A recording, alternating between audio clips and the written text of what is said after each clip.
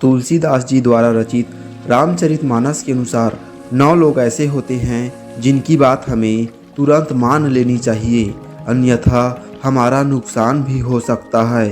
तो आइए जानते हैं कि वे 9 लोग कौन हैं। पहला, शस्त्रधारी। श्री रामचरितमानस के अनुसार यदि कोई शस्त्रधारी हमें किसी काम को करने के लिए कह रहा है तो हमारी भलाई इसी में है कि हम उसका काम कर दे, अन्यथा परिणाम भयंकर हो सकते हैं। शस्त्रधारी की बात टालने पर उसे क्रोध आ सकता है और वह हम पर प्रहार भी कर सकता है। इस स्थिति से बचने के लिए हमें उस समय सभी बातें मान लेनी चाहिए। दूसरा, मर्मी यानी भेद जानने वाला। यदि कोई व्यक्ति हमारे सभी भेद यानी राज जानता है तो उसकी बात ना मानना बहुत ही हानिकारक हो सकता है। भेद जानने वाला व्यक्ति नाराज हो जाए तो वह हमारे राज सभी को बता सकता है। राज की बातें सार्वजनिक होने पर कई प्रकार के विपरीत परिणाम झेलने पड़ सकते हैं। तीसरा व्यक्ति है मालिक या बॉस। आज के दौर में एक वाक्य बहुत चर्चित है, बॉस इज ऑलवेज राइट। ये बात सच भी है।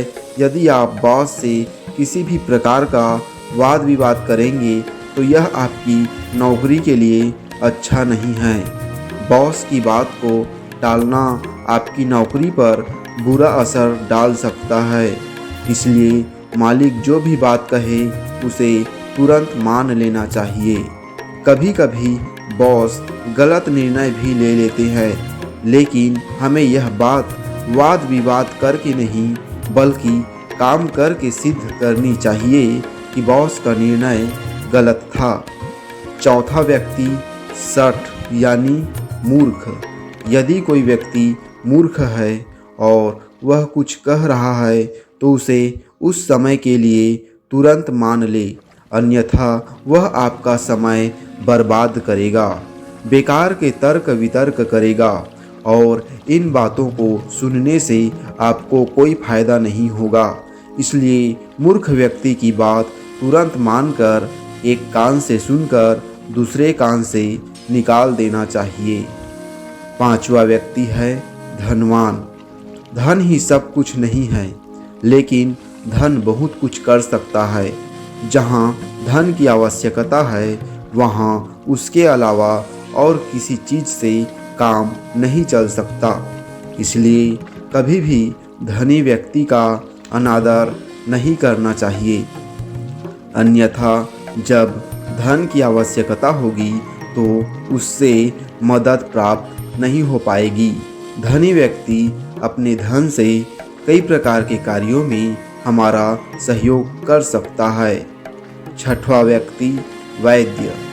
वैद्य यानी डॉक्टर को भगवान का ही एक रूप माना जाता है। जब स्वास्थ्य बिगड़ता है तो वैद्य ही इलाज करता है। इसलिए वैद्य यदि कोई सलाह दे तो उसका तत्काल पालन करना चाहिए। सातवां व्यक्ति भाट। भाट प्राचीन काल में अपने राजाओं की प्रशंसा करते हुए कविताएं लिखते थे और गाते थे। इस कारण वे राजा के प्रिय होते थे। रावण और मारीच के काल में भाटों का काफ़ी महत्व था। इस कारण इनकी बात को भी नज़रअंदाज करना हानिकारक ही होता था, क्योंकि वे राजा के करीबी होते थे और अपने विरोधी को सजा भी दिलवा सकते थे। आठवां व्यक्ति कवि। यदि हम किसी कवि का अनादर करेंगे या उसका विरोध करेंगे तो वह कविताओं के माध्यम से अपने विरोधियों की पहचान खराब कर सकता है। कविताएं बहुत प्रभावी होती है और इनसे बहुत ही जल्दी किसी भी व्यक्ति की पहचान बन भी जाती है और खराब भी हो जाती है। इसलिए कवि की बात भी तुरंत मान लेनी चाहिए। नौवां व्यक्ति रसोइया। रसोइये की बातों को भी नज़रअंदाज नहीं करना चाहिए।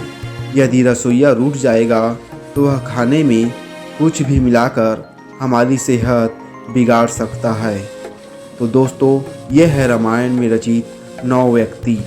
आपको ये कहानी कैसी लगी कमेंट करें, इस वीडियो को लाइक शेयर करें, साथ ही मेरे चैनल को सब्सक्राइब करें। पूरा वीडियो देखने के लिए बहुत बहुत धन्यवाद।